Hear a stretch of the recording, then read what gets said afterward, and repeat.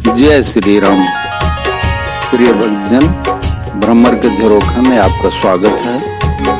पिछले अंक में आपने देखा कि भरत चित्रकूट के लिए रवाना हो गए हैं।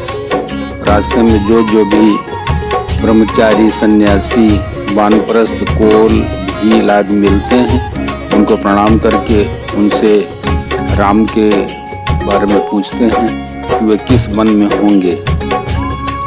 उनके वनवास की कहानी सुनते जाते हैं। कहीं पर रात में रुक के दूसरे दिन फिर आगे चल पड़ते हैं।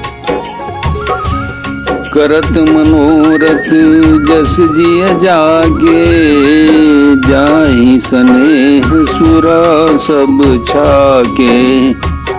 शिथिल अंग पग मग डग डोलहीं, विह्वल बचन प्रेम बस बोलहीं। जिसके जी में जैसा है वह वैसा ही मनोरथ करता है। सब स्नेह रूपी मदिरा से छके प्रेम में मतवाले हुए चले जा रहे हैं। अंग शिथिल है, रास्ते में पैर डगमगा रहे हैं और प्रेम बस विह्वल वचन बोल रहे हैं। राम सखाते समय दिखावा, सैल शिरोमणि सहज सुहावा।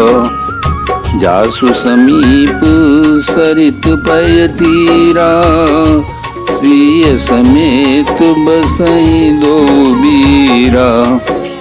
राम सखा निषाद राज ने उसी समय स्वाभाविक ही सुहावना पर्वत शिरोमणि कामदगिरी दिखलाया, जिसके निकट ही पयस्विनी नदी के तट पर सीता जी समेत दोनों भाई निवास करते हैं।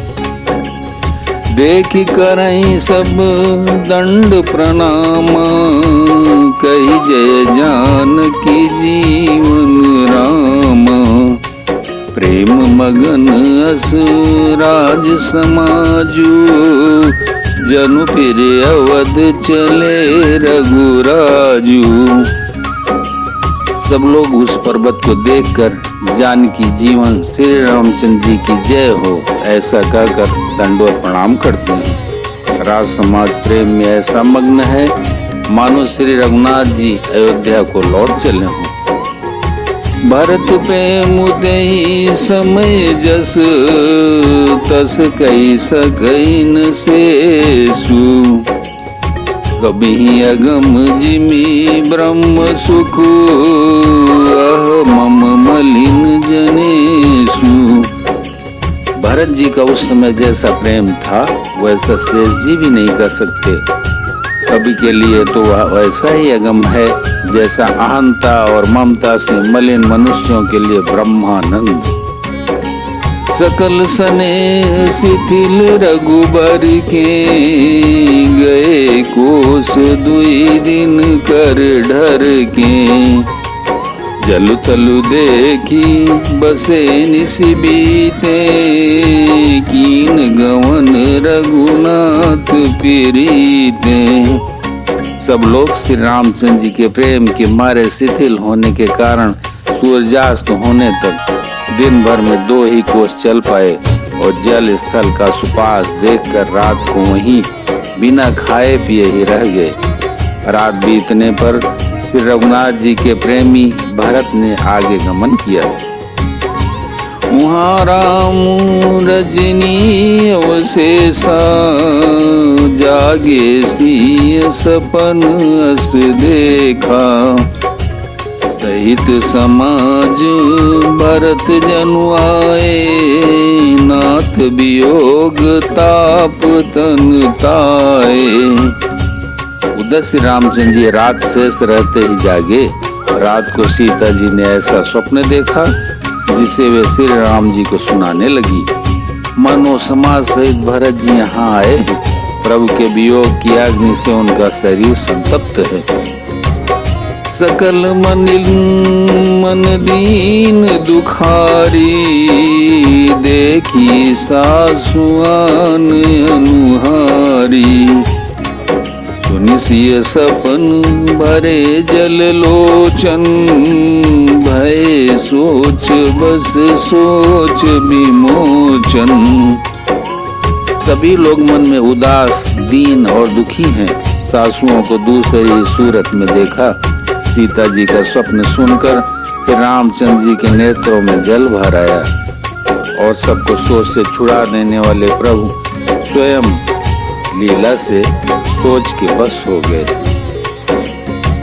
लखन सपन यह नीक न होई, कठिन कुचा सुनाई कोई। हस गई बंधु समेत नहाने, पूजी पुरारी साधु सन्माने। और बोले, लक्ष्मण यह स्वप्न अच्छा नहीं है, कोई भीषण कुसमाचार बहुत ही बुरी खबर सुनावेगा।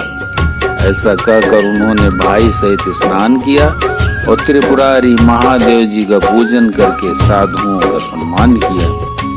सन्मानी सुर मुनि बंदी बैठे, उतर दिशि देखत भय। नव दूरी खग मृग भूरी भागे, बिकल प्रभु आश्रम गए।